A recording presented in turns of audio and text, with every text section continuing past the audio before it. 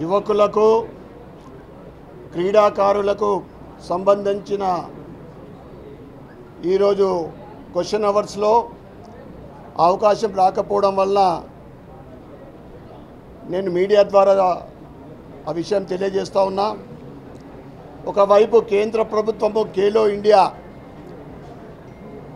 దాన్ని ప్రతిష్టాత్మకంగా తీసుకొని యువకులకు అందరికీ కూడా ఫిట్ ఇండియా దిశగా తీసుకెళ్తూ ఉంటే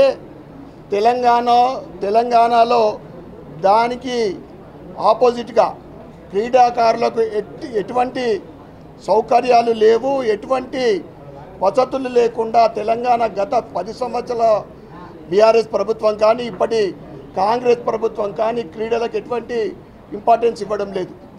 జిల్లాల పరిస్థితి కూడా అదే పరిస్థితి, ఎక్కడ ఎటువంటి సౌకర్యాలు లేవు.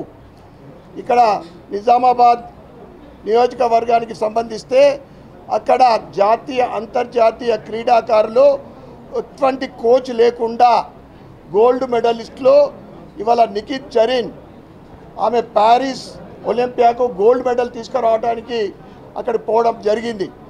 కానీ అక్కడ 30 సంవత్సరాల క్రితము 15 ఎకరాలు ఒక రాజారాం స్టేడియం అని కేటాయించి ఇప్పటికీ అక్కడ ఎటువంటి సౌకర్యాలు లేవు.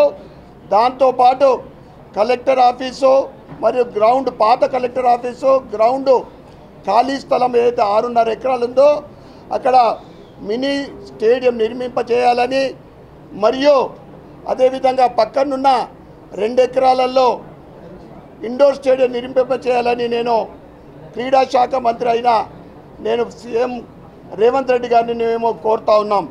ఎందుకంటే ఈరోజు యువకులందరికీ కూడా హెల్త్ బాగుండాలి, ఫిట్నెస్ బాగుండాలంటే కానీ ప్రజల యువకులలో ఉత్సాహంగా ఉంది. క్రీడల పట్ల ఎటువంటి సపోర్ట్ లేకున్నా కానీ ప్రతి జిల్లాలలో ఒక మంచి యువకులు తయారవుతూ ఉన్నారు, స్పోర్ట్స్ మెన్ తయారవుతూ ఉన్నారు, మహిళలు కూడా బ్రహ్మాండంగా తయారవుతూ ఉన్నారు.